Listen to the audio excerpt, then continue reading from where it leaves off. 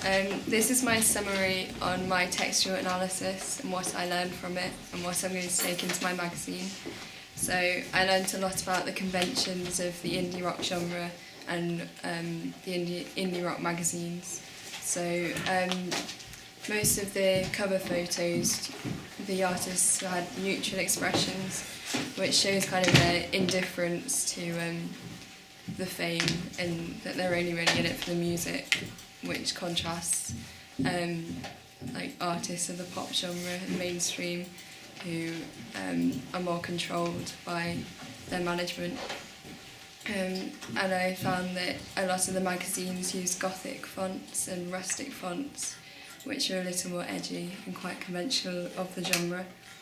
And there was quite a difference between some of the content of some of the magazines. So some of the more indie magazines like Enemy had a lot less content than like Rock Sound, which shows that the indie genre covers such a large umbrella of genres. I found that there was a band index on most of the contents pages, as a lot of the readers would be interested to find and know what bands are going to be featured in the magazine. I also found that there are less females used in the magazine than males because it's quite a male-dominated genre.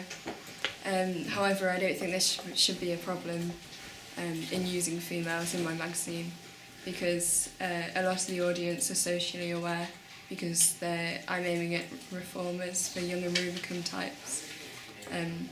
So I'll probably use one or two females to show Gauntlet's empowered female.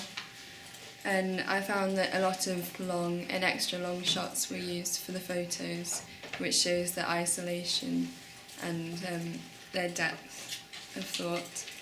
And I found that most of the magazines use a bold masthead, so it makes it iconic and memorable, and also they're mostly one syllable, so they're more easy to remember.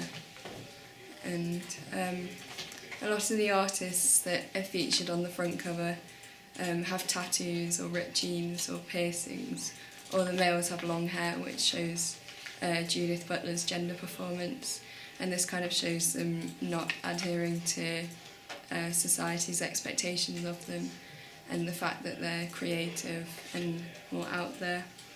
And a lot of the text on the front cover contents page and double page spreads were broken up into quite a few paragraphs, and different colours and keywords were highlighted and spread out, which appeals to Fox thinkers, which are the audience of these magazines, because they're less likely to read all the way through the articles and they're more likely to just skim through. So then the most important ideas stand out to them and are read.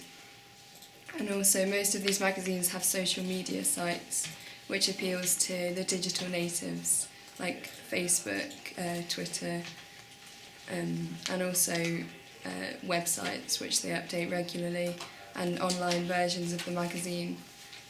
And also on the social media sites, the readers can act as opinion leaders, which is the two-step flow theory, and influence more people to read the magazine. And I also found that the most popular colours used were red, blue and yellow. So red has connotations of energy and passion, blue has connotations of intelligence, which appeals to the sophisticated audience of this genre, and yellow shows creativity and energy again, which is conventional.